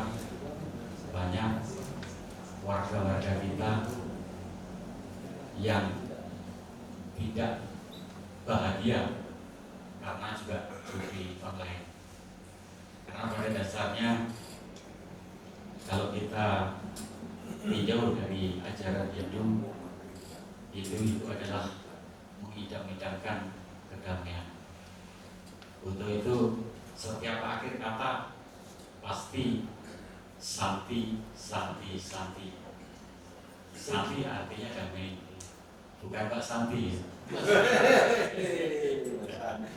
Jadi santi artinya damai. Kalau awalnya itu Om Swastiastu, ya, dengan perlindungan Tuhan Yang Maha Esa, artinya dengan lindungan yang kita semua adalah lindungan Tuhan Yang Maha Esa. Itu kata-kata awal dan akhir. Ya. Dan dalam percandaan ya, Tuhan itu sangat besar sekali karena dipanggil Om.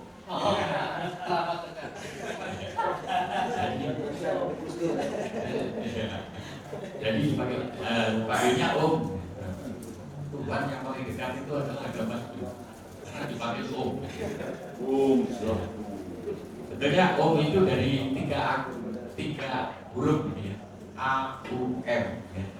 Lahir, hidup, mati. Ini merupakan istilahnya kalau Jawa itu cokro manggilingan berputar gitu ya. Untuk itu dilambangkan dengan swastika. Dan swastika itu banyak yang kayak lambang nasi gitu. Kalau nasi kan agak miring. Ya, itu swastika itu cokro manggilingan berputar. Untuk itulah kehidupan itu tidak ada yang abadi. Kadang-kadang di atas, kadang-kadang di samping, kadang-kadang di bawah. Ini cokro manggilingan. Kembali masalah yang pertama, kenakalan remaja. Kenakalan remaja ini banyak sekali pengaruh-pengaruh, baik itu pengaruh keluarga, pengaruh lingkungan, pengaruh daripada kemajuan teknologi, informasi, dan pengaruh daripada zaman itu sendiri.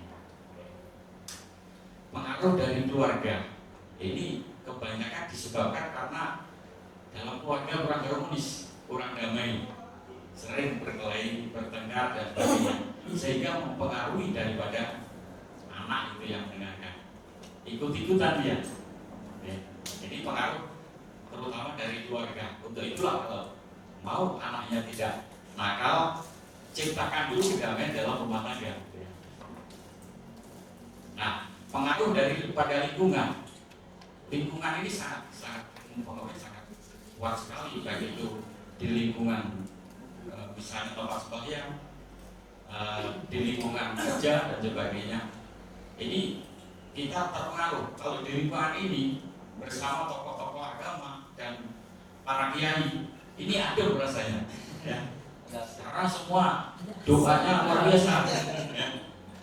Jadi vibrasi ruangan ini luar biasa nih, ya. Memancarkan kedamaian itu luar biasa. Karena apa? Tokoh-tokohnya tokoh orang-orang suci semua. Ya. Nah ini berarti kalau kita bergaul kepada orang-orang yang baik, berarti kita akan ikut baik. Tetapi kalau kita bergaul dengan orang yang tidak baik, ikutlah tidak baik. Nah itu pengaruh lingkungan yang juga demikian. Ini remaja. Untuk itulah maka menciptakan suasana yang harmonis dalam keluarga, dalam lingkungan itu perlu. Ya. Nah ini tugas kita bersama. Ya. Demikian pula pengaruh dari zaman. Zaman itu kalau di ada 3 zaman, ya. 4 zaman yang disebut dengan catur yoga. ada zaman Tritya Yuga, ada zaman Tirta Yuga, ada zaman Dua Para Yuga, dan ada zaman Kali Yuga. Zaman Tritya Yuga ini orang pengaruh ini belum banyak sekali. Dia hanya hidup, makan, yakin dengan Tuhan, dekat sekali dengan Tuhan. Zaman Tirta Yuga ini sudah berpengaruh dia, sudah berpengaruh dengan lingkungan. Antara satu dan lain itu sudah ada gesekan-gesekan. Lalu pada zaman Dua Para Yuga itu kalau di kitab suci agama itu kan ada dua, ada Sruti, ada Smrti. Sruti itu langsung dari Tuhan. Smrti itu merupakan himpunan kejadian-kejadian yang ada di dalam Bharata Yuga misalnya. Itu Smrti. Kitab Bharata Yuga itu Smrti. Perang antara Kurawa dan Pandawa. Perang antara Kurawa dan Pandawa. Ini merupakan awal pergantian zaman dari Dua Para Yuga ke Kali Yuga. Kalau orang Jawa sekarang ini Kali Yuga itu adalah zaman Edan. Zaman Edan. Jadi kalau nggak Edan nggak ketuman. Tapi saat Jogja wong yang lali bisa bejo kan. Nah itu orang Jawa sudah memprediksi seperti itu. Zaman ini zaman rusak. Pengaruh ini luar biasa. Pengaruh dari zaman ini luar biasa. Kemajuan teknologi juga demikian. Kalau saya dulu pakai Android ini nggak seneng betulnya. Dulu yang hanya bisa untuk telepon aja, main-main nggak seneng. Tapi karena ini kebutuhan, tuntutan gitu ya, tuntutan kita kalau nggak ini ketinggalan terus perkembangan informasi dan sebagainya. Akhirnya pakailah Android ini mempengaruhi kita. Kalau ini salah gunakan, ya kita lah yang akan hancur. Tetapi kalau kita menggunakan yang baik, maka ini akan mendukung daripada kebaikan kita. Istilahnya kalau dulu mulutmu harimau, sekarang jarimu harimau.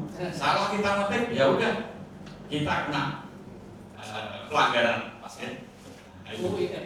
Nah, itu pengaruh daripada anak-anak remaja seperti itu. Tapi itu bukan hanya tanggung jawab dari keluarga saja, bukan tanggung jawab dari agama saja, tetapi harus tanggung jawab bersama-sama oleh pemerintah utamanya, oleh pemerintah. Ini terutama kan remaja-remaja yang putus sekolah dan sebagainya, tidak ada kerjaan. Ini pemerintah harus bisa menciptakan lapangan kerjaan dan sebagainya, sehingga dia tidak keliaran di jalanan, membuat onar dan sebagainya. Sehingga perlu juga dari pemerintah menciptakan kesibukan kerja dan sebagainya. Ini dari keluarga juga demikian. Kita sebagai orang tua lalu terus mengawasi daripada perkembangan anak kita.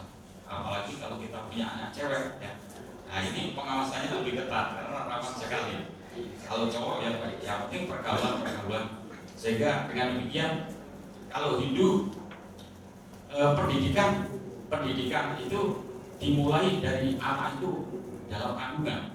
Jadi dalam kandungan sudah diberikan pendidikan moral. Karena di ajaran itu ada 3 kerangka: tanpa, susila, upacara. Tanpa itu keyakinan, susila itu tingkah laku atau etika, ya. Upacara itu adalah merupakan doa-doa di situ.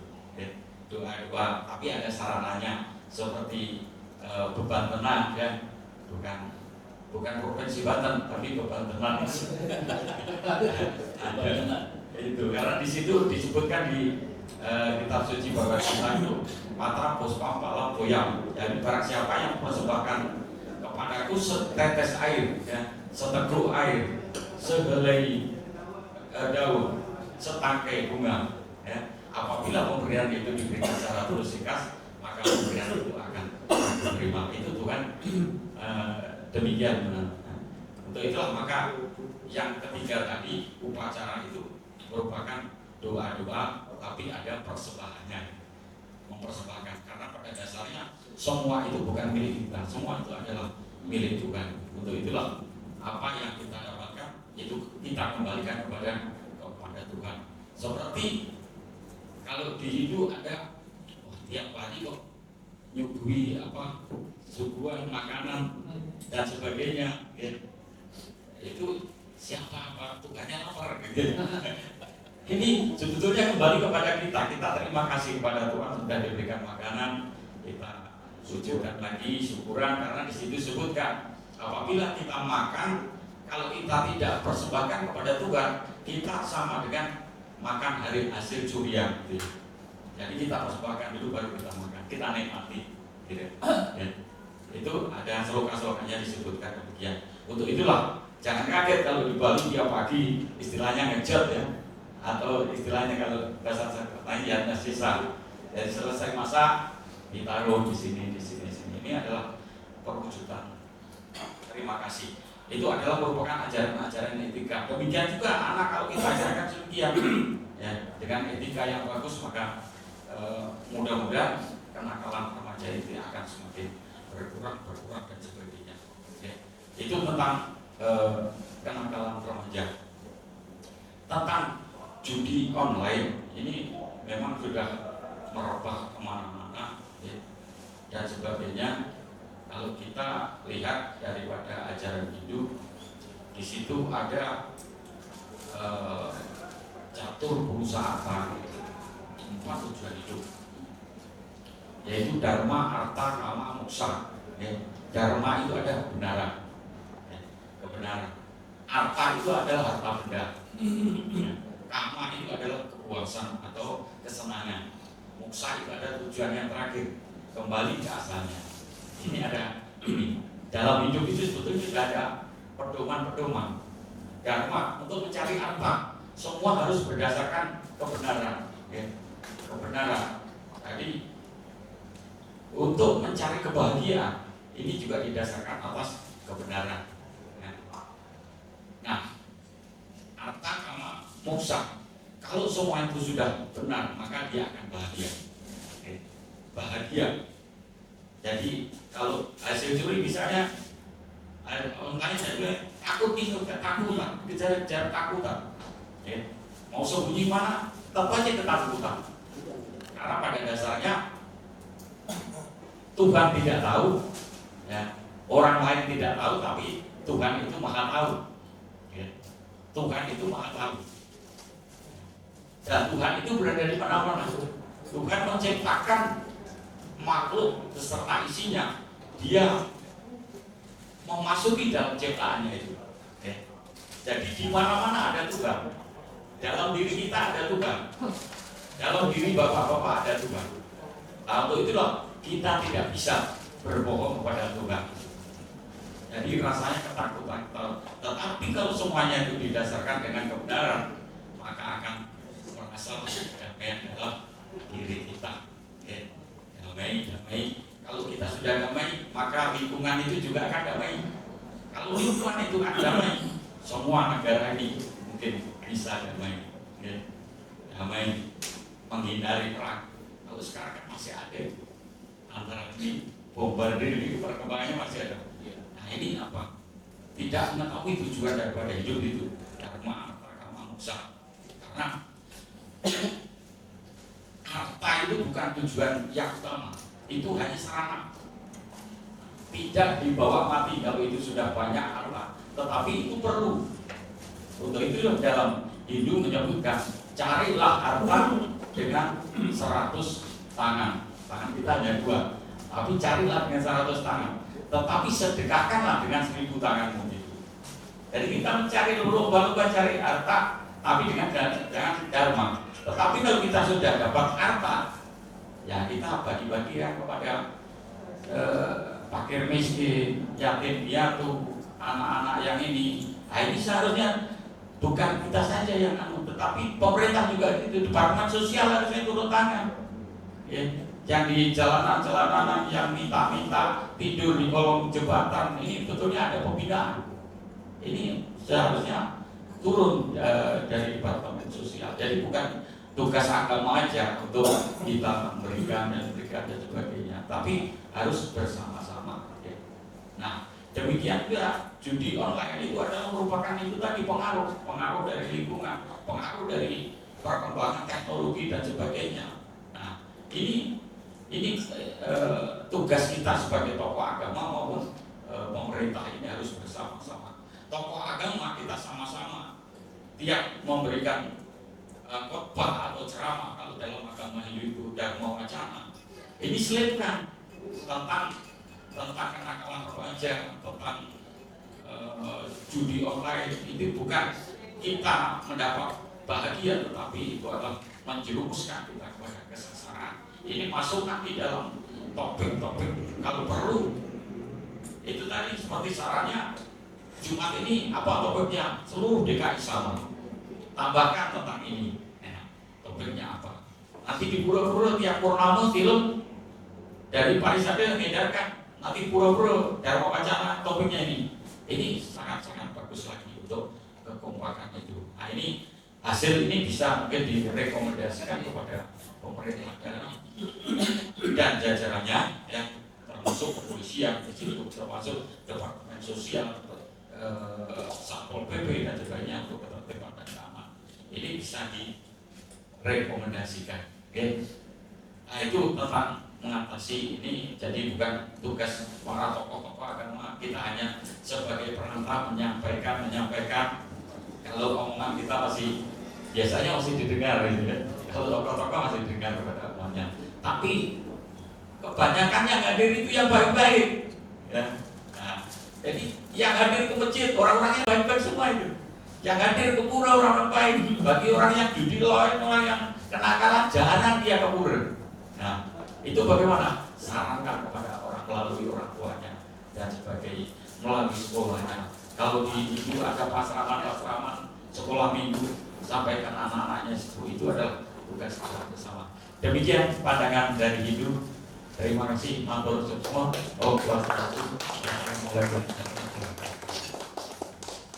Terima kasih kita ucapkan kepada Bang Dita Tuhari atas pemaparannya yang luar biasa. Ya, tadi singgung bahwa yang paling ini sebagai ungkapan Gus Dur ya, yang paling dekat dengan Tuhan itu kata Gus Dur Kristen atau Katolik.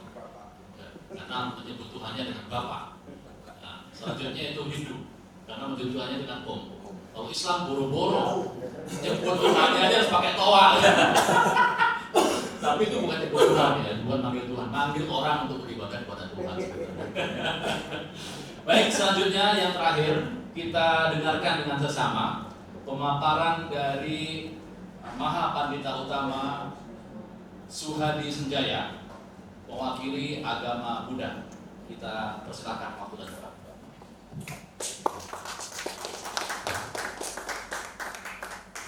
Terima kasih Pak Kiai Agus. Bapak yang saya hormati, terima kasih para pengurus wilayah Nahdlatul Ulama. Terima kasih saya hari ini bisa menerima keluarga besar PWNU DKI dan juga rekan-rekan saya dari Konghucu dan dari Katolik.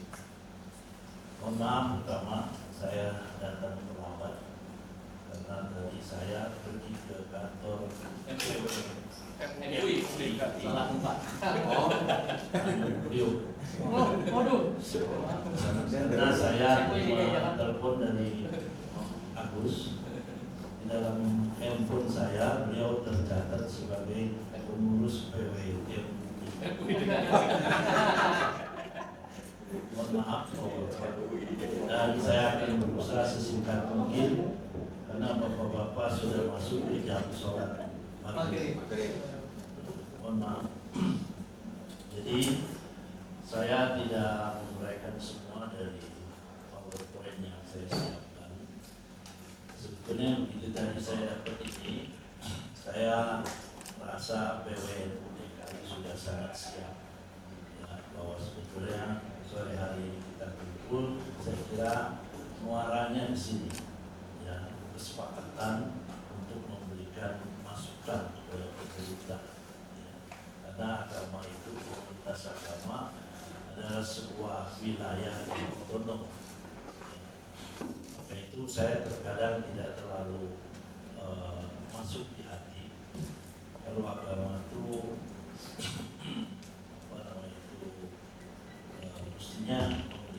dasar ya, kepada aturan yang berlaku, kepada aparat yang mengabdi kepada negara.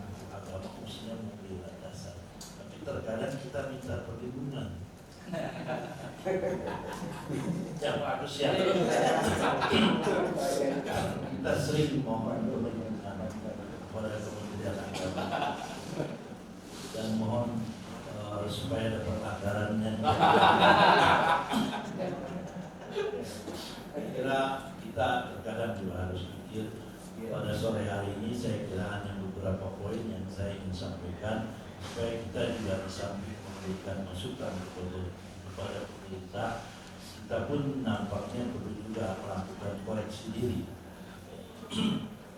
karena itu prinsip Buddhis ya, bahwa bayangan itu adalah badan kita ya, jadi kalau badannya bengkok sebetulnya yang harus kita perbaiki itu bukan bayangannya. Bayangannya tidak akan bisa kita perbaiki kalau badannya tidak kita luruskan. Jadi badannya adalah kita sendiri sebetulnya. Nah oleh karena itu saya setuju Pak, kalau masalah kenakalan remaja, judi online dan juga hal-hal yang lain itu betul-betul sudah sampai ke titik yang sangat membahayakan ya. Nah oleh karena itu pada data lanjut Pak. Nah ini kita bisa lihat 90 hari ke belakang dari sekarang ya, atau 90 hari ke belakang ya betul. Itu di data yang kita bisa lihat ya, di slot machine itu hal-hal yang muncul itu adalah hal yang berkaitan dengan masalah-masalah judi online, sehingga tadi ini bisa kita lihat sebagai satu hal yang serius dan layak kita sampaikan adanya beberapa rekomendasi kepada pemerintah. Nah oleh karena itu dalam kaitan dengan ini saya usul Pak Agus. Sebetulnya yang kaitannya dengan siaran ini kan dikendalikan oleh undang-undang. Memang kalau menurut perubahan dulu undang-undang Pak belum tentu setahun. Rapatnya di DPR itu lama sekali. Saya kira bisa dengan peraturan presiden bahwa di Tiongkok Pak itu rakyatnya banyak, ada 1,4 miliar. Remajanya itu gak gampang-gampang lihat hal-hal begini, karena di sana itu ketat pemerintah tidak memperbolehkan. Jadi mereka di sini bisa bikin apa ya, Tiongkok punya apa? Kalau kita kan ini yang kemarin dimintain AI bukan itu siarannya. Kalau ini kan kita pakai YouTube.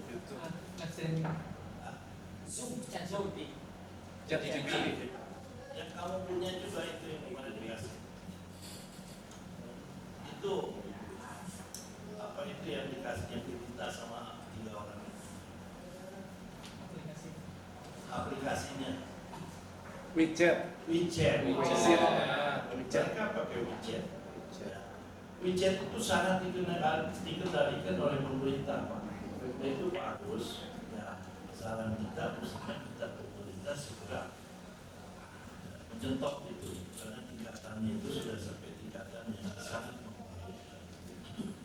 Saya kira itu normal sekali Pak, ada itu juga manusia tetap hidup.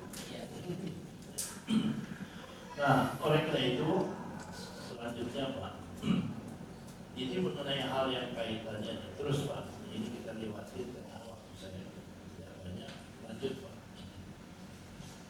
Nah, masalah yang kaitannya dengan kenakalan remaja dan lain sebagainya, kita menganggap bahwa kita itu agak sulit mengatasi ini. Ya. Jadi kita mengambil fenomena pejalan kaki di Indonesia. Ya. Indonesia ini terkenal di seluruh dunia bagus. Ya. Katanya rakyatnya itu paling malas di seluruh dunia untuk jalan kaki.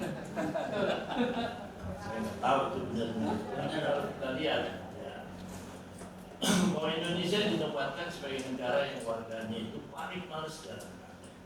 Ya. Kemudian tetapi event lari maraton semakin banyak dan diminati. Itu tanya anak saya itu tukang lari. Terus setiap ada event maraton pasti penumpang. Borobudur itu sampai berapa ya? 10.000 sampai ini targetnya mau 20.000, pasti habis Pak tiketnya.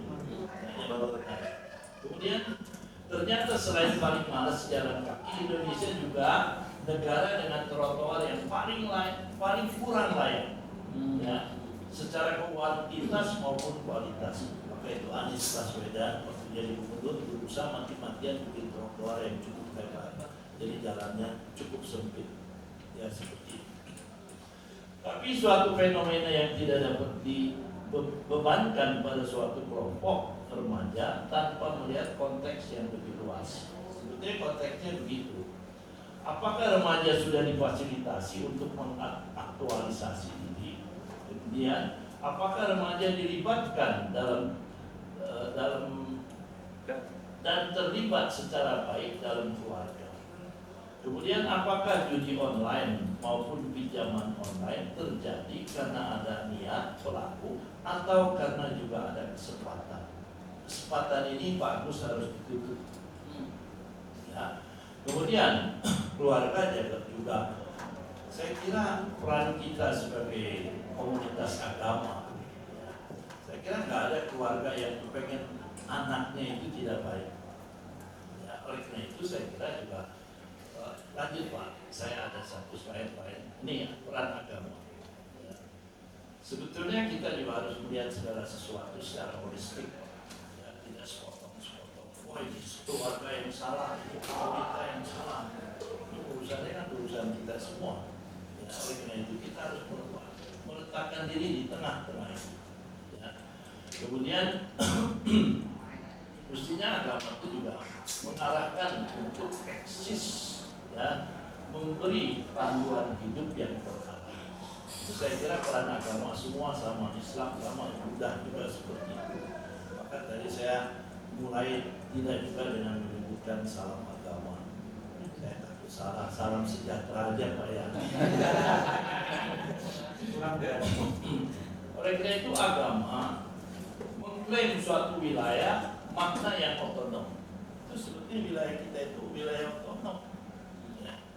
Kemudian sebuah kekuasaan simbolik yang tidak tunduk pada struktur sosial, itu agama. Kemudian melainkan membentuk struktur kesadaran itu sendiri. Agama bagi penganutnya tidak lagi dipertanyakan. Saya kalau sama agama Buddha nggak hanya lagi jalan terus Pak, percaya banget. Sehingga mampu memberikan sebuah nilai kebenaran yang seutuhnya terlepas dari dunia sosial yang berjalan. Saya kira anak remaja yang sekarang itu, saya merasa tanggung jawabnya lebih besar pada saya sebagai tokoh agama, bukan daripada keluarga. Tidak ada yang menginginkan anaknya tidak baik. Pasti saya menginginkan anak saya itu paling baik. Maka itu saya kemana-mana saya bawa. Tapi sejauh mana agama sudah berfungsi kembali seperti orangnya. Nah kemudian agama adalah institusi yang mampu merevolusi individu. Karena itulah kehebatan kita punya para nabi. Bapak saya, ibu saya belum tentu bisa Pak. Tapi bapak saya, ibu saya adalah yang paling berbudi. Karena dia yang paling besar budinya, maka kita harus balas budi kepada orang tua. Tapi dalam kaitan dengan kearifan dan kebijakan itu kita sudah buktikan bahwa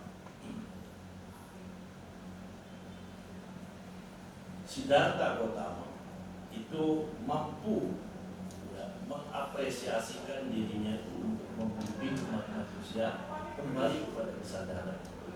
Namun hari ini kebanyakan masyarakat menilai agama adalah tempat orang-orang suci Pak, dan tidak berdosa. Padahal semestinya agama di rumah ibadah menjadi tempat berkumpul orang-orang yang perlu pertolongan. Ya, tempat untuk mereka yang tidak memiliki ruang untuk hidup dalam tanda. Ya, sekarang mereka kalau udah kejeblos, Pak, malu datang ke rumah ibadah. Di tempat saya juga begitu. Kok kamu udah jarang sembahyang? Wah, saya udah rusak, Pak. Kenapa? Saya malu dan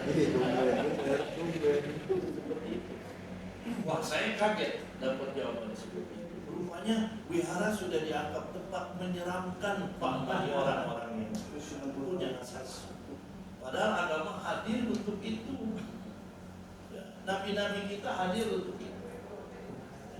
Nah, kemudian agama perlu melihat anak nakal sebagai jiwa yang tengah berjuang untuk menemukan cahaya di tengah gelapnya.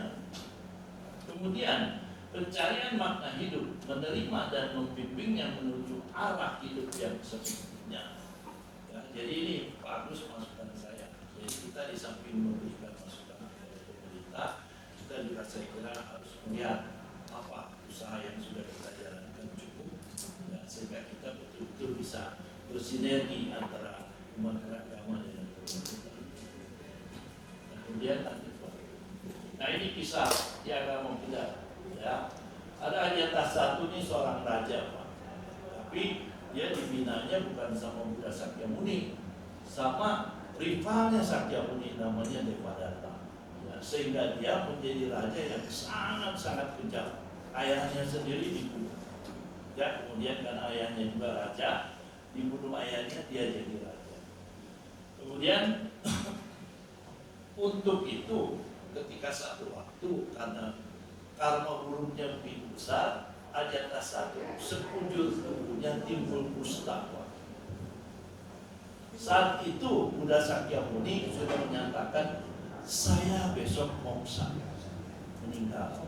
Ya, seorang Buddha tahu kapan dia akan meninggal. Tapi karena Ajatasattu sakit keras, dia bilang saya tunda 1 hari.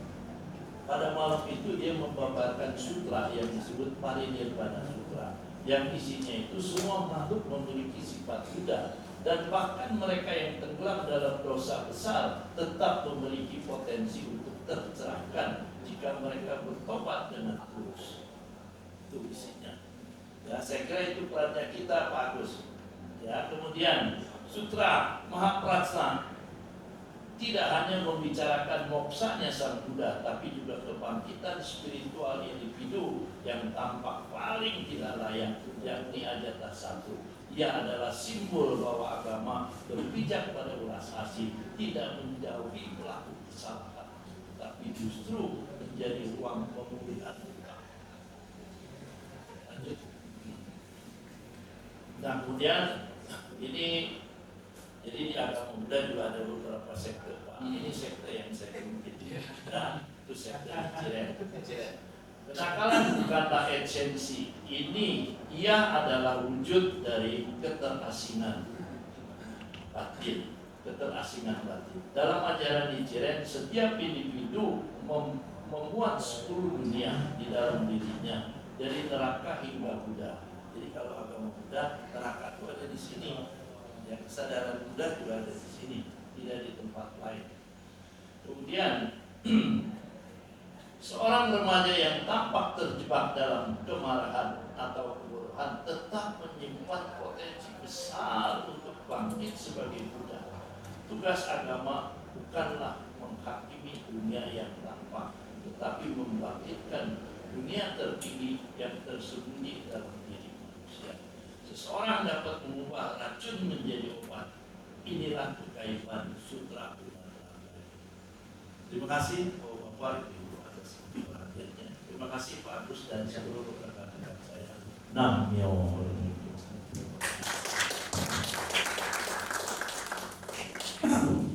Terima kasih kita ucapkan kepada Bapak Suradi Sendjaja atas presentasinya yang sungguh luar biasa. Selanjutnya karena ini sudah memasuki waktu maghrib, sudah jam 6.20 lebih, maka kita bersingkat waktu kita, yaitu acara selanjutnya kita akan membacakan rekomendasi dari hasil diskusi lintas agama kita ini yang draftnya sudah kita buat, namun kita akan bertanya kepada tokoh-tokoh lintas agama apakah ada mungkin tambahan rekomendasi yang diusulkan untuk kita sampaikan kepada publik. Mungkin dari Romo Petri dulu ada tambahan rekomendasi. Kiai Ade mohon dicatat. Ada tambahan? Rekomendasi secara keseluruhan tidak ada. Oh, cukup ya. Baik. Dari agama Hindu Pak Gita Tuari ada tambahan? Cukup. Rekomendasi. Iya. Dari Ibu Rusada cukup. Baik. Cuma dasarnya aja mungkin dari pertemuan ini. Oke. Diskusi lintas agama itu menghasilkan dasar itu ya. Baik. Ditambahkan dasarnya apa nanti? Kemudian dari Pak Suhadi ada? Ya, saya kira cukup. Tadi saya sudah sampaikan juga kalau itu masih bisa. Baik. Mungkin kita baca sama-sama kali ya? Ya. Kita baca sama-sama, nanti biar masuk dokumentasi dan nanti kita akan sebar ke media. Ya. Ya. Baik, kita akan membaca rekomendasi sama-sama. Mungkin kita baca sambil berdiri. Ya. Kita berdiri Pak.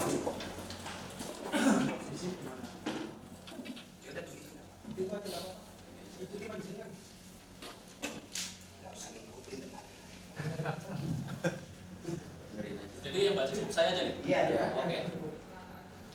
Baik. Bismillahirrahmanirrahim.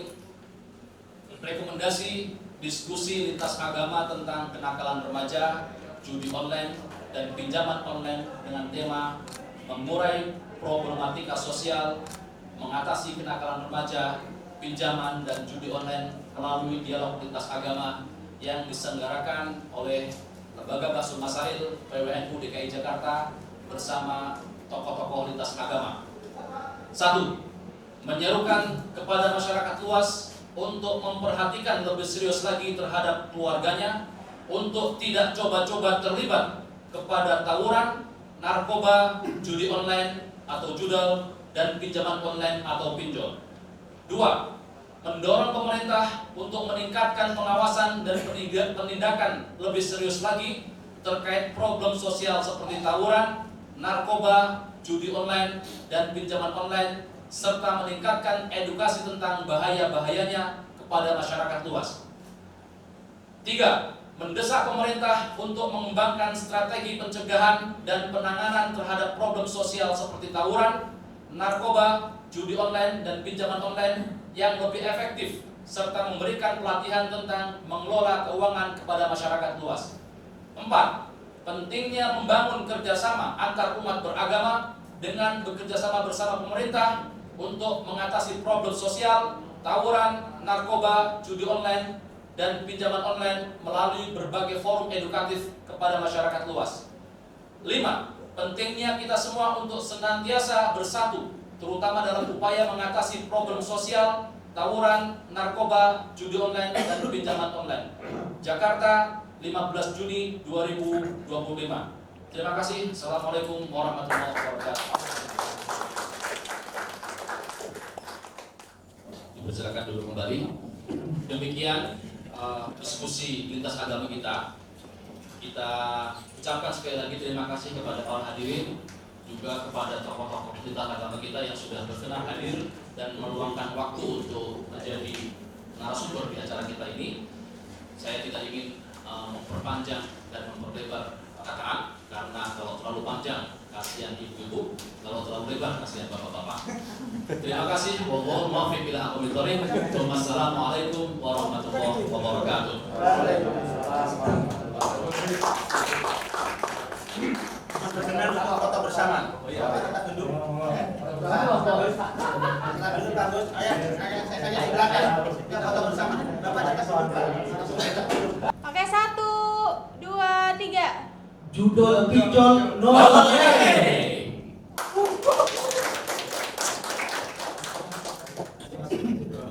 Sudah.